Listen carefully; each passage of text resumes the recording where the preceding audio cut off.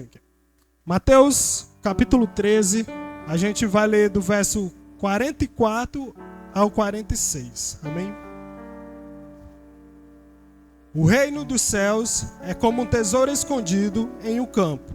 Certo homem, tendo-o encontrado, escondeu de novo, e então, cheio de alegria, foi e vendeu tudo que tinha e comprou aquele campo. Amém? Vamos orar, curve a sua cabeça.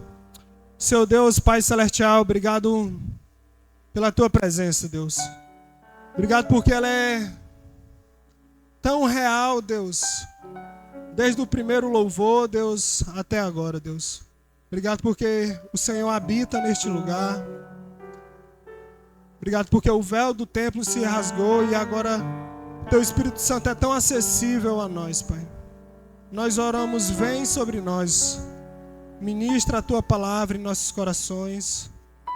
Que o Senhor seja aquele que vai ser exaltado hoje à noite. Eu venho te pedir, compartilha conosco uma parte do teu coração, que ainda está guardado, que o Senhor ainda não demonstrou e não mostrou. Nos traz revelação de ti, Senhor. Amém? Amém. Então, essa passagem é uma passagem muito conhecida. Na verdade, ela facilmente poderia ser ministrada por si só. Ela contém muitos segredos, muitas revelações. Mas para a gente tentar ser um pouco fiel, ou o mais fiel possível, nessa passagem a gente precisa entender o livro de Mateus como completo, tá? Então, fica comigo para não perder o raciocínio. O livro de Mateus ele é dividido em 5 discursos. São 5 sermões ali, sermãos ali. E essa passagem ela está contida no terceiro discurso. O primeiro discurso vai ser lá o Sermão do Monte, amém? Do capítulo 5 ao capítulo 7. É das partes mais ministrada, mais famosa. Acho talvez o discurso mais conhecido de Jesus. É o Sermão da Montanha, ou o Sermão do Monte. O segundo discurso ali vai para o capítulo 10. Eu posso chamar ele de discurso missionário, tá? Essa palavra missionário, ela é muito usada hoje, mas você não encontra ela na Bíblia, tá? Mas hoje a gente vai usar essa palavra. É um discurso missionário, onde Jesus ele vai enviar os seus discípulos, ele vai estar enviando. Tá? Quando a gente lê o livro de Mateus, normalmente a gente lê como se fosse a história contada de Jesus, tá?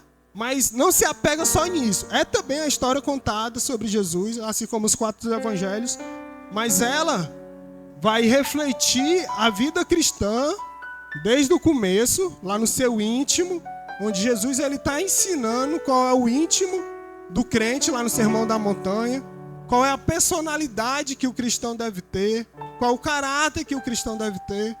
No segundo passo ali, no segundo discurso, ele vai falar sobre o envio dos discípulos. Ele está enviando, vai pela primeira vez e prega meu evangelho, tá? No capítulo 10. Aí no capítulo 13, foi onde a gente encontrou essa passagem. É onde Jesus ele vai falar de diversas formas diferentes a respeito do reino de Deus, né? A gente pode chamar esse de discurso das parábolas, onde Jesus vai usar várias parábolas. O joio e o trigo, a semente que foi plantada no terreno fértil. Amém? Estão comigo? O quarto discurso, ele vai estar ali mais ou menos no capítulo 18. Ele vai falar como é a igreja de Cristo. Então ele vai falar o que é a igreja de Cristo, como a igreja deve se comportar, quais são as características da igreja. E o último discurso, o meu preferido, vai estar lá em Mateus capítulo 24, onde é sobre o final dos tempos. Amém? Então ali ele vai contar diversas formas diferentes, ou diversas parábolas diferentes, como irá ser o final dos tempos. Então, se tu pega comigo de novo, o começo de Mateus é ensinando a intimidade, a alma do crente, a identidade ali. Bem-aventurados os humildes de coração. Amém? Bem-aventurados os puros de coração, porque eles verão a Deus. Depois, um envio. Depois, a respeito do reino de Deus, a igreja. E por último, o final dos tempos. Se você vê uma cronologia, você percebe que não é apenas sobre uma história contada do nosso Senhor Jesus Cristo, mas é sobre uma história contada da igreja, desde bebê até o final dos tempos. Amém? Mas hoje a gente vai pegar só esse capítulo 13, porque é muita coisa, a gente pode tirar muita coisa de Mateus, mas hoje a gente vai tirar só o capítulo 13, especificamente essa passagem.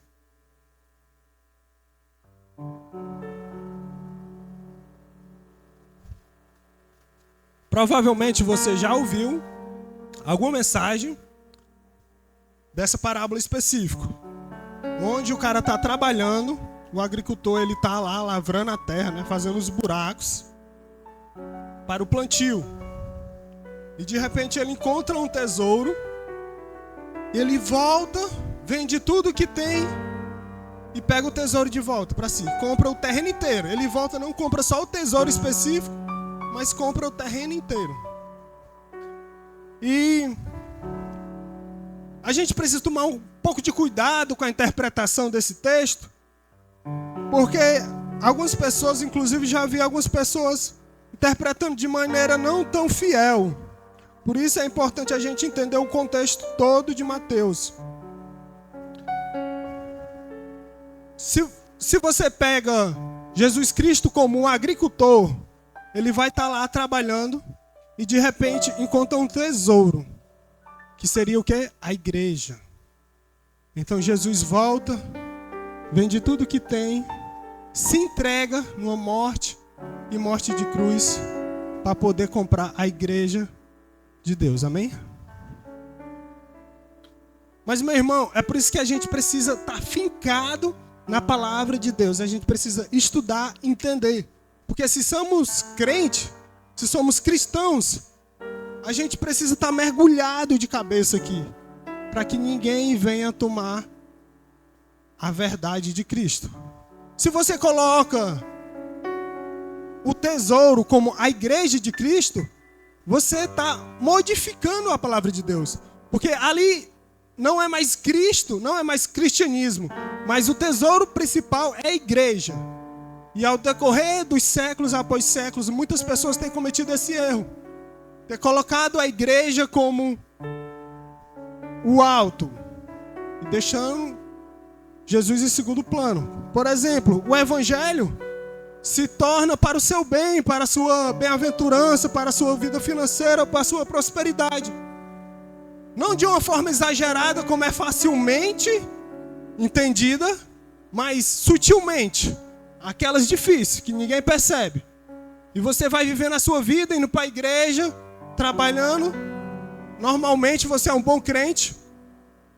Mas onde você gasta seu tempo, onde você gasta seus pensamentos, onde você gasta a sua energia, se não é algo que envolve nosso Cristo Jesus, já deixou de ser cristianismo. Significa que é você ali. E você no centro.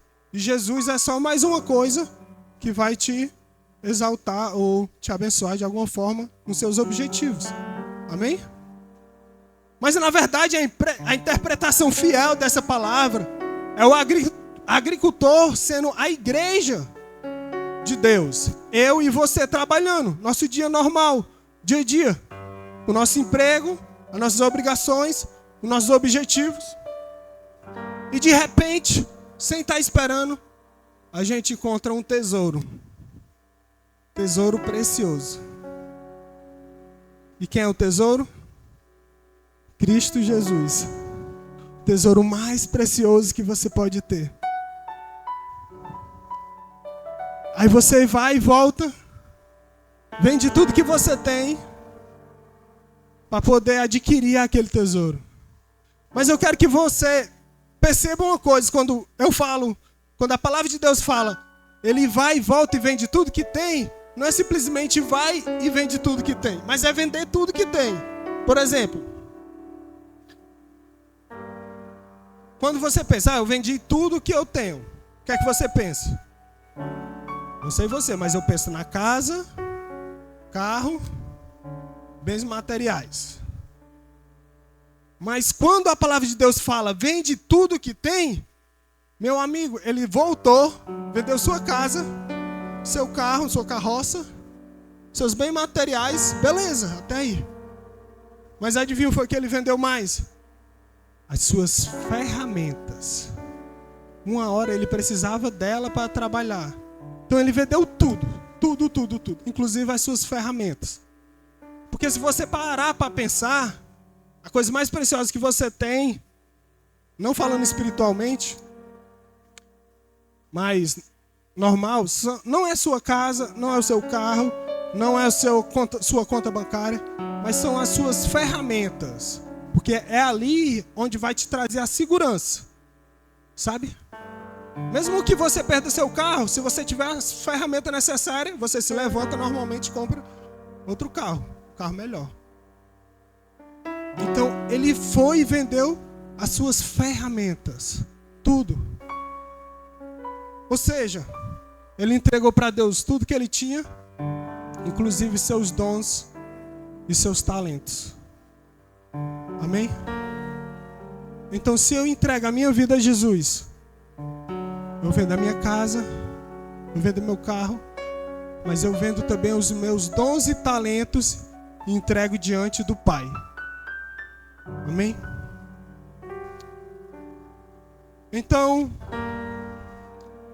para mim, essa seria uma interpretação mais fiel dessa passagem. Que a gente volta a trazer nosso Cristo ressurreto ao ponto mais alto e pega todas as coisas ao redor, justamente com o objetivo a chegar a Cristo Jesus.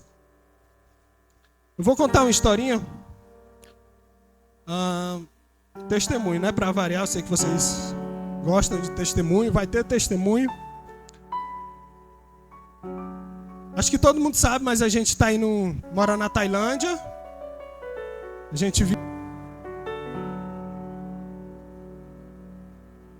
gente viaja dia 27 de novembro. A gente vai... Tem algumas rotas traçadas antes, a gente não tem toda a rota ainda, mas a gente crê que vai chegar lá pela fé. Mas a história que eu queria contar para vocês é sobre a minha primeira viagem missionária. A gente vai ter muitas histórias pela frente, mas essa história eu esqueci dessa história faz tempo. Domingo passado eu lembrei. Então foi 10 anos atrás, eu fiz uma escola missionária integral por 3 meses. A gente casou e foi para missões. No mesmo mês, casamos e fomos para missões. Aí a gente fez uma escola de período integral durante 3 meses e a gente estava internado lá. Nessa escola, onde tinha estudo. E durante esse período eu tive um sonho. Eu sonhei que eu estava num lugar muito escuro. E tinha alguém com um livro tentando ler aquele livro, mas não conseguia. E quando eu acordei de manhã, o Espírito Santo ficou incomodando meu coração e eu fiquei com aquilo na cabeça. E você sabe, quando você tem um sonho que é estranho, mas é só um sonho, mas você sabe também quando é Deus falando com você, amém? Às vezes a gente não obedece, mas a gente sabe que é Deus falando. E eu fiquei com aquilo na cabeça e tinha certeza que era Deus falando sobre esse sonho. Aí eu compartilhei com a Edilane. Aí eu falei, Edilane, a gente precisa ir nesse lugar. Mas vamos lá. Aí a gente começou a orar e pedir revelação de Deus sobre o que era, o que aquilo significava, tudo. E a gente entendeu que era um lugar que não tinha energia elétrica, que a gente precisava ir. Não sei porquê, mas a gente precisava ir para aquele lugar. E nessa escola que eu fazia, a gente só tinha o final de semana, né? Sábado e domingo livre. Você podia fazer o que você queria. Você não podia sair, mas você poderia descansar. E eu falei com a liderança, os pastores lá. Falei, cara, eu preciso ir neste lugar. Eu tive um sonho ontem. É loucura, né? A gente faz essa loucura. Eu tive esse sonho e eu preciso ir nesse lugar, cara. Eu não sei o que é que acontece, mas eu preciso ir. E eles oraram comigo e me abençoaram. Cara, eu confio em você, então vai. Então eu fiz a coisa mais espiritual que um crente pode fazer. O que é? Fui olhar no Google. Local que não tinha energia elétrica. No Ceará. Botei no Ceará, né? Para diminuir o... Aí... achei uma cidade chamada Saboeiro do Norte. Aquela região norte ali do Cariri. Perto de Juazeiro do Norte. O cara... não tem energia elétrica em 2015. Não tem energia elétrica. Cara, então... eu preciso ir lá. Eu fiquei aperreado. Preciso ir lá. E daí eu olhei, tracei a rota, dava 7 horas de viagem. Eu liguei pro meu irmão, macho, preciso da tua moto emprestada. Não tinha moto, não tinha nada. Preciso fazer uma viagem no interior, macho. Meu irmão não bate fofo. Emprestou, tá aqui a moto, mano. Aí eu tracei o plano, 7 horas. Eu vou sair 5 horas, vou chegar umas mais ou menos 1 hora, 2 horas da tarde. Vou encontrar esse local. Não sei se eu vou conseguir voltar no mesmo dia, mas se for preciso, eu vou dormir lá na moto, ou no meio da rua. No outro dia de manhã eu volto, mas eu vou porque Deus está mandando eu ir. Chamei a Edilane, vai Edilane, eu vamos. Ela topa a minha loucura, eu topo a dela. Tá tudo certo. Pegamos a moto, voltamos. Desculpa os motociclistas que gostam de andar, mano, mas comecei a pilotar, deu 12 horas, velho. Sabe o que é dar 12 horas de viagem, mano? Jesus. Saí cedo. Quando eu cheguei na cidade, já era 5 horas da tarde. Tinha planejado chegar 2. Cheguei 5 horas da tarde, já estava anoitecendo. Bati em Saboeiro do Norte, cheguei lá. Sem saber para onde ia, sem ter nenhuma conexão, não tinha igreja, não tinha nem conhecido. Coisa de doido, né, mano? Mas vamos lá. Aí eu parei, cara, tem algum local aqui? A primeira pessoa que eu vi na rua, eu parei, já todo dolorido, todo quebrado da viagem. Tem algum local aqui que não tem energia elétrica? Aí o cara falou, cara, tem. Em cima daquela serra ali, ó. Não tem energia elétrica. Só que foi mais 1h30 para subir a serra. Jesus, mas vamos. Isso já era de noite, né? Lembra? Eu tinha sábado e tinha domingo. Tinha que voltar no domingo, porque na segunda-feira de manhã já tinha escola. E eu olhei assim para ela, rapaz, onde é que eu vou dormir? Onde é que ela vai dormir? Mas vamos. Aí chegamos na primeira casa. Realmente, gente, não tinha energia elétrica. Não tinha nada. Já era de noite, eram umas 7 horas, isso. Chegou na primeira casa, encontramos uma mulher com a filha dela lá. E começamos a compartilhar. Olha, a gente é missionária, a gente veio de Fortaleza. A minha primeira viagem missionária, eu morro de vergonha já normal. Sou um cara que não conversa tanto assim quando tem muita gente. E lá no começo era pior ainda, sabia nem falar direito. Aí lá vai eu explicar, a gente é missionário lá de Fortaleza, bababá. Eu queria só conversar sobre, contar uma historinha pra você, não sei o quê. Aí a mulher recebeu a gente. De verdade, nessa distância daqui pro cá, eu não conseguia ver direito o rosto da mulher, que era tudo escuro, de verdade.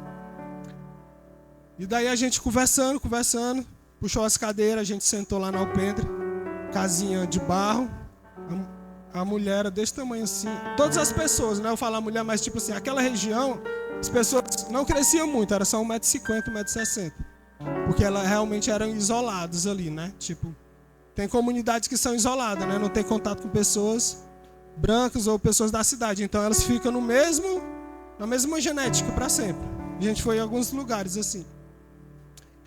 E daí, de repente eu escuto um cavalgado assim, né? De cavalo, de jumento, não sei o que. Aí uma voz bem grossa lá no fundo. Mulher! Quem é que tá aí? Voz de macho mesmo, assim, aqueles cabos arretados do interior. Aí eu comecei logo a me tremer. Já era de noite, Jesus. Aí a mulher toda mansa foi falar, não, eles são lá de Fortaleza, não sei o quê. Eles vieram contar aqui uma história pra gente. O homem era bruto. Aí ele olhou assim. Aí ele, pois vá pra dentro. Vá você, vá a filha dele, né? Eu me esqueci o nome dela. E vá ela. Que eu vou sentar aqui e eu vou conversar com esse caba. Aí ele botou uma cadeira assim na minha frente, sentou. Bruto. Pegou uma espingarda que ele tava, botou assim no colo. Pois embora, me conta essa tal história aí. Todo me tremendo, Jesus. Aí já era difícil falar, né? Porque era tímido. Daí eu comecei a gaguejar. Mas aí eu comecei a compartilhar, cara. Falei. Aí teve uma hora que não deu. Não estava dando certo. Aí eu vou falar a verdade para você. Não sei o que é que eu estou fazendo aqui. Mas eu tive um sonho, ontem à noite, de uma pessoa que estava tentando ler um livro. E eu tinha que vir ajudar essa pessoa a ler esse livro. E estou aqui. Esse cara se transformou nessa hora. Ele parou, ficou olhando para mim. Não falou nada. Eu não conseguia ver o rosto dele direito, né? Que estava escuro, mas ele falou, espera aí. Aí foi lá dentro. Voltou. Ele disse assim, ó. Eu nunca estudei. Minha esposa nunca foi para uma escola. A gente vive aqui em cima da serra. Todo mundo da comunidade aqui, ninguém sabe esse negócio de estudo. O jeito deles de falar, né?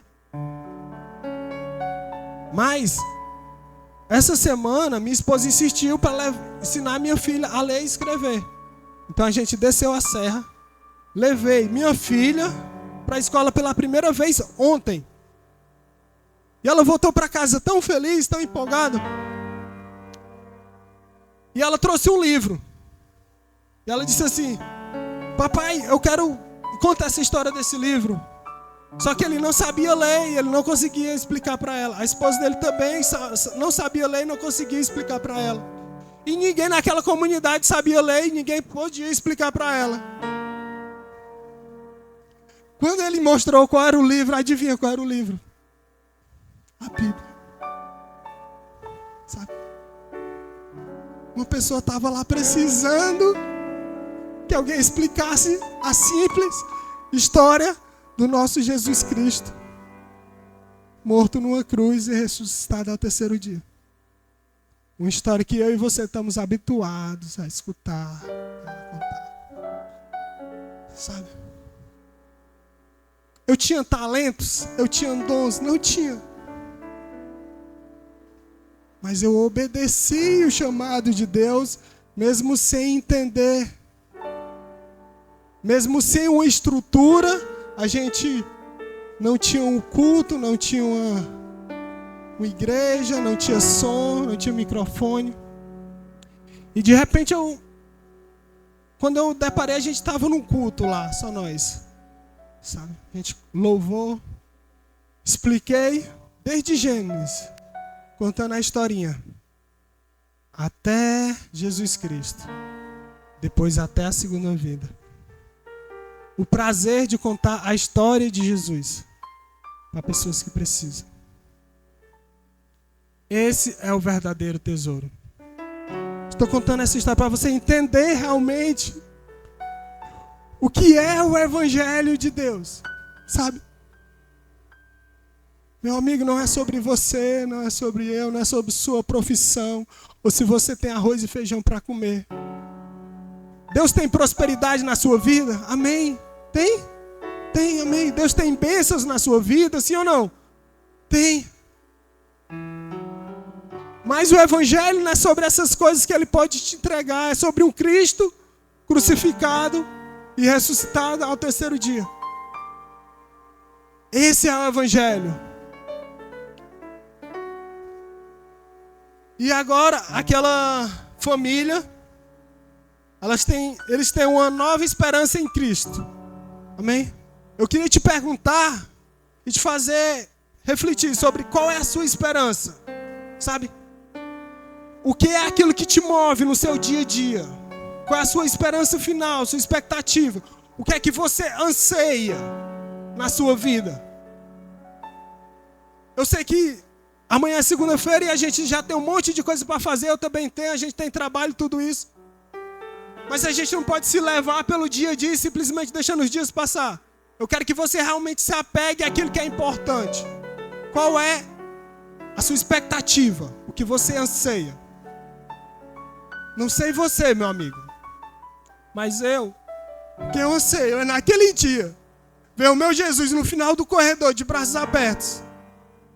Vinde a mim, bendito de meu Pai. Sabe? Chegar na frente dele e dar um abraço. Aperta, vinde a mim. Para alguns ele vai dizer, aparta de mim, nem te conheço. Mas para mim, eu quero ainda mais, cara. Eu quero chegar correndo assim nos braços de Jesus e falar e dar um abraço de meia hora apertado. Eu quero ver Jesus olhando na face dele e ele falando para mim, cara, meu filho, vem aqui. Por você, valeu a pena o meu sangue derramado naquela cruz. Você viveu uma vida que realmente valeu a pena o meu sacrifício na cruz. Sabe? Você é meu amigo, vem cá. Você é especial. Sabe? É muito mais do que a maioria, sabe? Jesus, ele pregou para a multidão, sabe? Mas tinha as coisas que eram só os discípulos ali com ele, que ele compartilhava segredos, revelações. Era poucos que ele chamava de amigo, era poucos que deitava com a cabeça no peito dele. Sabe? Não queira ser só mais um na multidão, meu. Queira ser um amigo de Jesus, sabe? Cria expectativa para aquele grande dia. Quando você se apresentar a Jesus, quero que você entenda que não é Jesus que vai vir se apresentar à igreja. Ele já fez isso há 2000 anos atrás. É a igreja agora que vai se apresentar diante de Jesus. E o que é que você vai apresentar para Deus? Sabe? O que é que você vai entregar para Ele naquele grande dia? Foi o seu cargo que você ocupou, bababá, bababá. Mas o que é que você vai ter nas mãos para entregar ao Pai? Ele vai olhar para a tua vida assim e vai dizer, sua vida valeu a pena meu sacrifício. A minha vida valeu a pena o sacrifício de Jesus na cruz. Hoje é um domingo tão especial, talvez o culto mais especial das nossas vidas. Hoje é domingo de Santa Ceia, onde a gente relembra o sacrifício de Jesus na cruz. E se você não cria uma expectativa sobre isso, eu quero que você realmente se avalie como é que está a sua expectativa em Cristo Jesus. Porque é tão especial poder participar de um grupo seleto de pessoas que podem se tornar um com Jesus Cristo. Assim como João capítulo 14 fala. Amém? Mas, meus irmãos,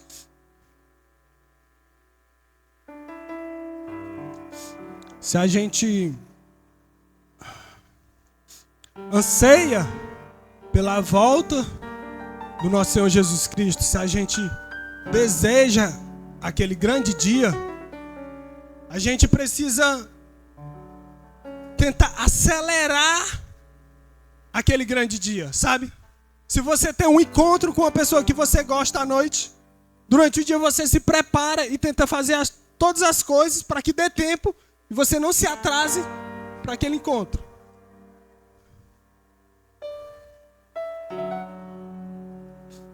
Então, para aquele grande dia, se a gente anseia, a gente precisa acelerar esses dias. A gente pode ler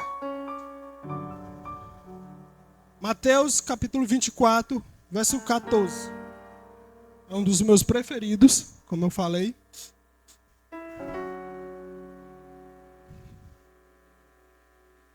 Ele vai falar assim, ó, versículo 14. E este evangelho do reino será pregado em todo o mundo, como testemunha a todas as nações, e então virá o fim. Amém? Então, o evangelho vai ser pregado em todo o mundo, em todas as nações. Só então virá o fim. Então, para que Jesus possa vir, ele precisa ser conhecido em todas as nações. Se a gente quer que Jesus retorne o mais rápido possível, o evangelho precisa chegar naqueles lugares que não chegaram.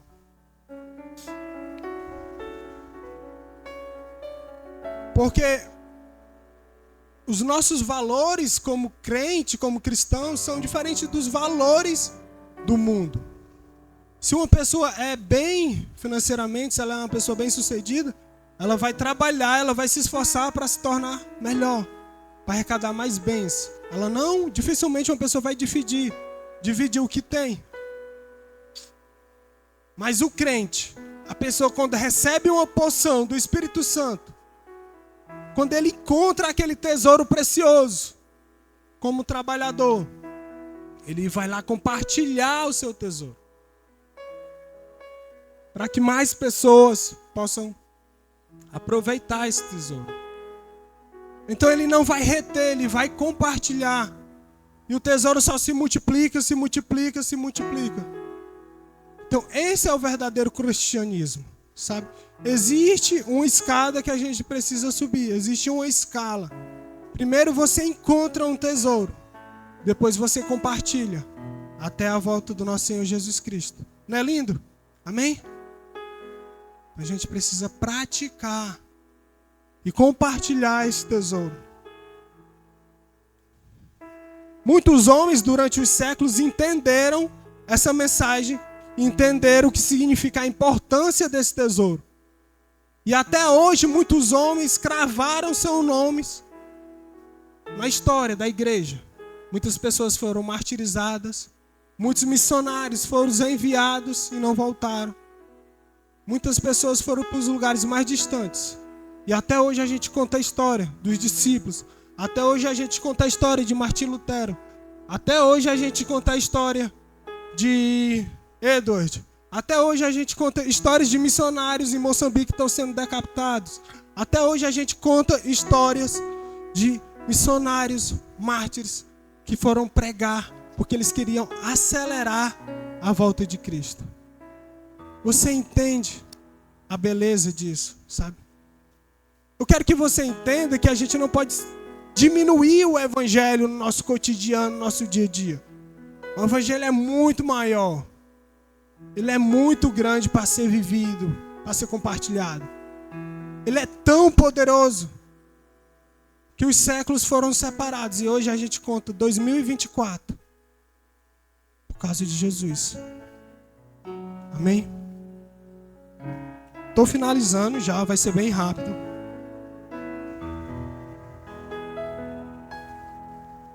Tito 2, capítulo 13 vai falar: enquanto aguardamos a bendita esperança, a gloriosa manifestação do nosso grande Deus e Salvador Jesus Cristo. Enquanto aguardamos a bendita esperança. Paulo, ele vai falar lá em Filipenses capítulo 2, que ele considera todas as coisas como esterco, para ter o prazer do conhecimento de Jesus Cristo. Sabe? Paulo, ele vendeu tudo que tinha, queimou suas carroças. É bonito como a gente canta, vou queimar minhas carroças e tal, né? Mas Paulo, o cara que mais evangelizou a Ásia, o primeiro missionário por gentios, foi o cara que negou tudo que tinha, considera todas as coisas como esterco, para o prazer de ganhar a Cristo. Para o prazer de ganhar a Cristo. Sabe? Pessoas normais que não negam, não saem da sua zona de conforto, que não fazem nada fora do normal, não são lembrados durante a história. Alguém lembra o nome de alguma pessoa da multidão? Ninguém lembra. Jesus pregava para multidões. E a multidão seguia Jesus. E Jesus multiplicava pão e peixe. Mas ninguém lembra o nome deles. As pessoas como Paulo, que entenderam que todas as coisas é considerado como esterco para a oportunidade de poder ganhar a Cristo, tem sua história contada até hoje. Você imagina como é que Paulo foi encontrar o nosso Senhor Jesus Cristo?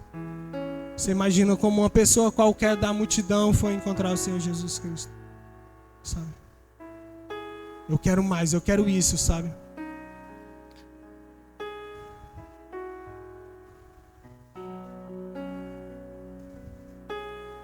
Queria orar.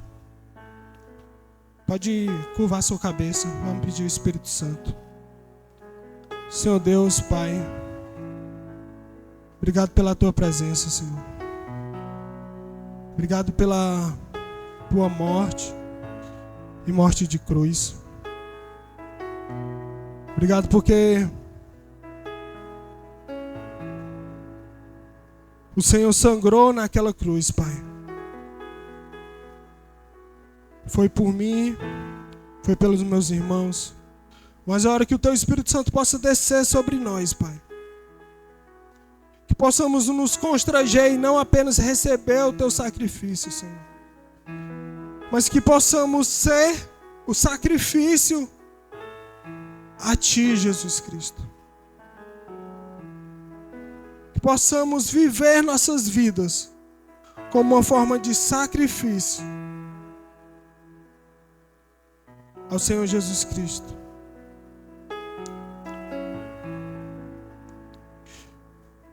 Irmãos, desculpa estar puxando sardinha aqui pro meu lado, né? Provavelmente sempre vou falar de missões. Mas talvez o seu chamado não seja chamado missionário, o que eu não concordo, mas eu respeito.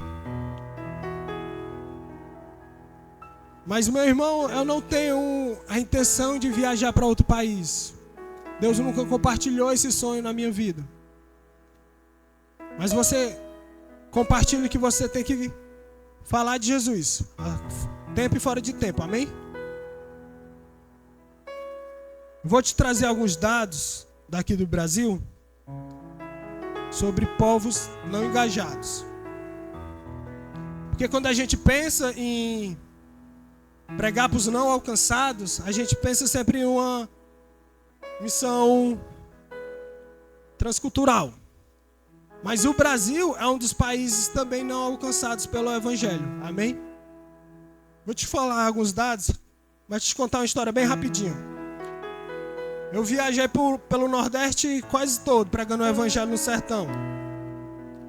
E aqui no Ceará, região central, ali próximo de Canindé, foi um dos lugares que eu mais me surpreendi sobre como as pessoas não conhecem Jesus. A gente estava numa viagem e a gente parou numa casa. E a gente começou a conversar com a senhora. E eu fiz uma pergunta para a senhora. Eu falei assim: senhora, a senhora sabe quem morreu por você na cruz? Ela olhou nos meus olhos e disse assim: ó, sei. Foi Maria. 3 horas daqui de Fortaleza, de carro. As pessoas não têm noção da história do nosso Senhor Jesus Cristo. Isso foi só uma, tá? Grande amigo meu, um dos missionários que eu mais admiro, ele foi com a marido da minha cunhada, irmã da Edilane, é casado com ele. Ele estava numa viagem no Nepal. E ele foi lá nas montanhas do Nepal, pegou um avião, andou alguns dias de ônibus, chegou no pé da montanha. Ele sabia que tinha um vilarejo que precisava conhecer Jesus, que não conhecia Jesus ainda.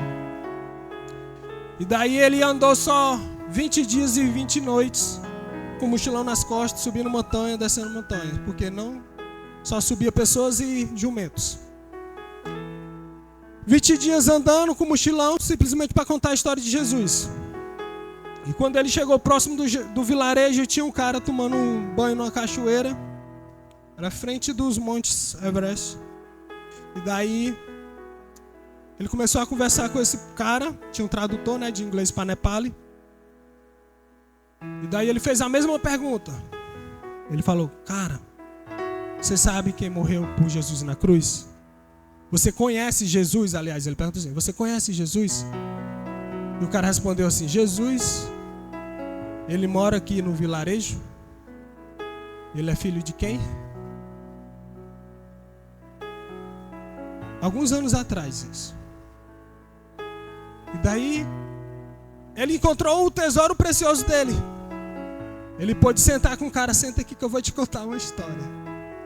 Aí começou de Gênesis, toda a história da Bíblia, até Jesus. Esse cara não acreditou, porque tem muitos deuses lá. E Jesus falou, cara, eu posso orar por você? Tem alguma coisa que você precisa? Ele, cara, eu não mexo meu braço há alguns anos. Se você puder, se o seu Deus aí, eu já orei para tantos deuses, mas se o seu Deus aí me curar. E ele orou. Adivinha? O braço voltou à vida. Esse cara ficou tão empolgado que ele voltou e foi contar a historiazinha de Jesus por todo o vilarejo dele. Jason voltou mais 20 dias andando, continuou sua caminhada. 5 anos depois voltou no mesmo vilarejo. Esse cara tinha se tornado pastor e tinha convertido todo o vilarejo para Jesus. Amém?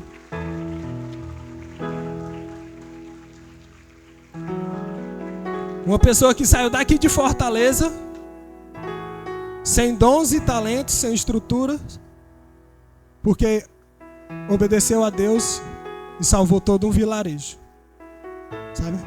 Vou voltar para os dados aqui. Não sei por que eu contei essa história, né? Mas no Brasil existem povos, no Brasil e no mundo, povos não engajados.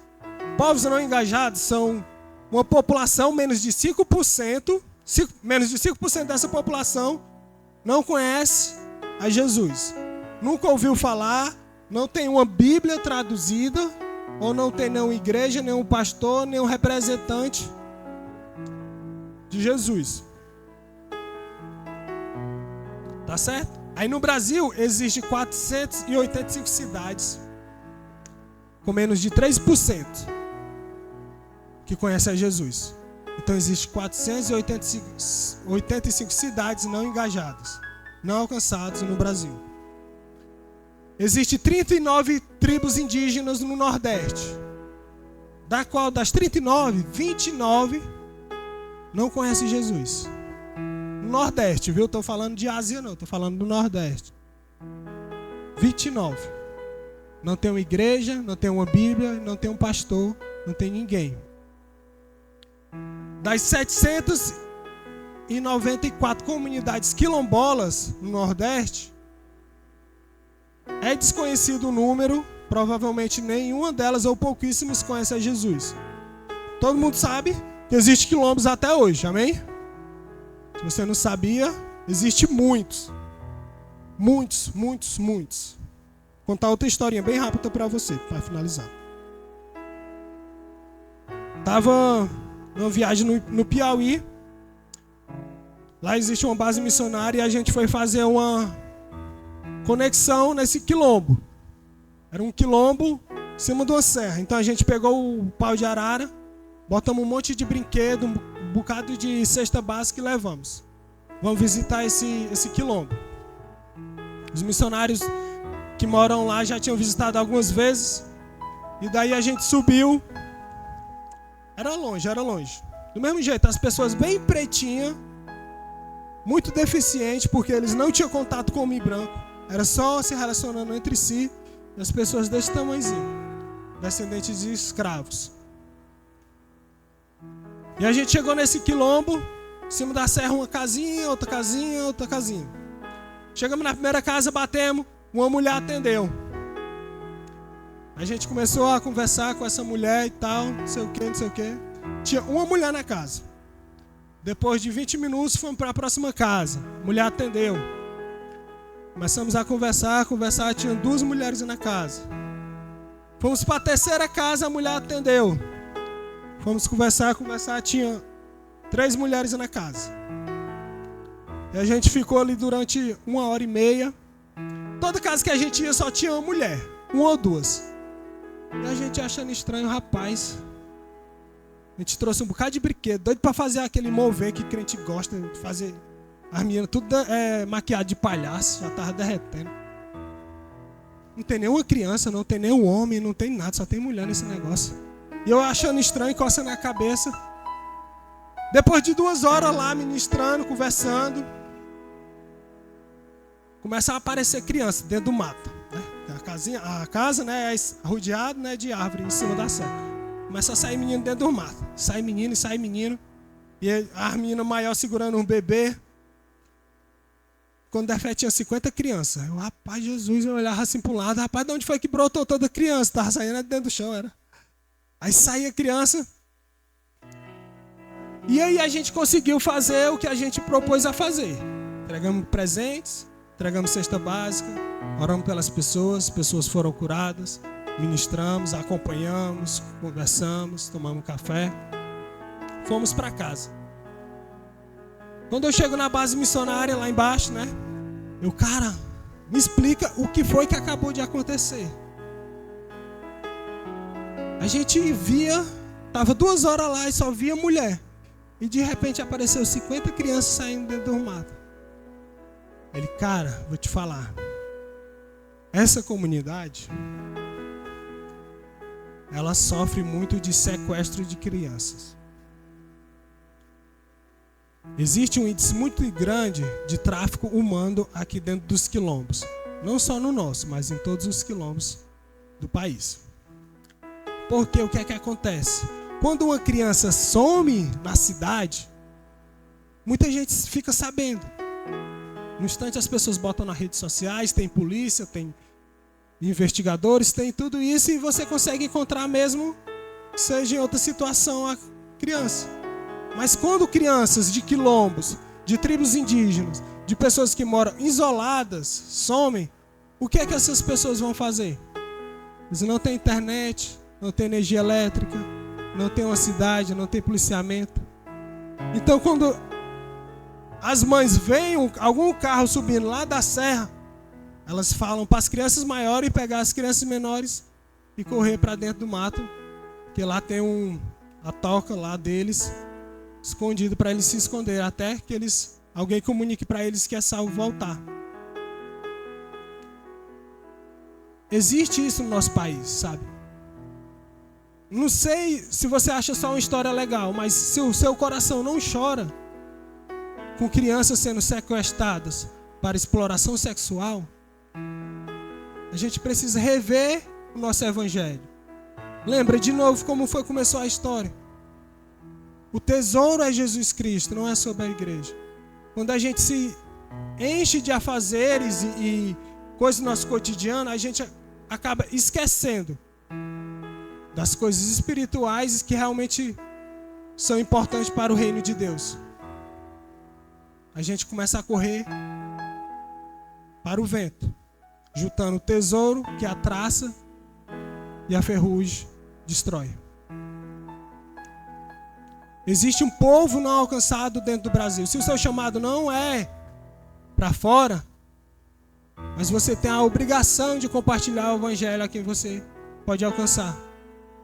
Eu tenho certeza absoluta que esta igreja, outra igreja, a igreja da Caucaia, a igreja de Fortaleza, a igreja do Ceará, se quisesse conseguir alcançar o sertão inteiro, todos os quilombos, todas as tribos indígenas, por que não alcança? Por que não alcança? A igreja brasileira, ela é muito poderosa, é cheia do Espírito Santo. Eu tive em alguns países que não existe essa fome e essa sede pela presença de Deus. Quando missionários estrangeiros vêm para cá, ingleses, americanos, canadenses, eles ficam abismados como o brasileiro tem essa fome pela presença de Deus. Esse derramar diante do louvor, esse derramar diante da presença de Deus. Mas quanto também eles ficam admirados, porque essas mesmas pessoas não estão derramando suas vidas para alcançar o perdido. A igreja brasileira investe menos de R$3,50 em missões. menos do que uma Coca-Cola. A igreja brasileira é muito rica espiritualmente, muito poderosa, tem muitos jovens, tem muito da presença de Deus, tem muito de dons, de talentos. Mas lembra, o evangelho é sobre Cristo, mas dia após dia a gente tem se distraído com coisas pequenas e acaba esquecendo a importância realmente do evangelho. Amém? Então, para finalizar, acho que a gente vai entrar na ceia. Parece uma mensagem pesada, uma mensagem chocante, mas a ceia do Senhor, eu quero que você, hoje, normalmente a gente se avalia para saber se a gente pode ceiar. Quando a gente vai ler lá 1 Coríntios 11, se eu não me engano, passagem sobre a ceia, a gente pode ler rapidinho. A gente vai ministrar a ceia, o Felipe, mas queria que você percebesse uma coisa. 1 Coríntios 11, se eu não me engano, 23, né? 23 ao 26.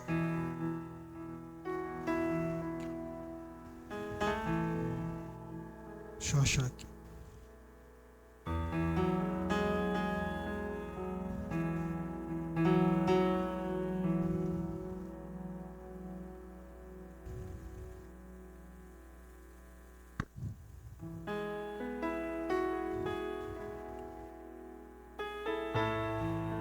A gente vai ler só o 26. Porque sempre que comerem deste pão e beberem desse cálice, vocês anunciam a morte do Senhor até que Ele venha. Amém? Então essa noite, eu quero que você se avalie, não somente para você entender que você pode ceiar ou se você faz parte, se você pecou ou não. Não quero saber disso. Mas quando comemos e bebemos a ceia do Senhor, estamos anunciando a morte dele até que ele venha. Sabe? Não é apenas sobre a morte dele, o sacrifício vicário de Jesus na cruz, mas estamos anunciando até que ele venha. Ou seja, estamos pregando as boas novas para o mundo. Jesus Cristo vive. E Ele virá, sabe? Então, se avalie não só pelo seu pecado, não só pela sua comunhão com Cristo Jesus, mas se você realmente está anunciando a morte de Jesus até que Ele venha. Até que Ele venha.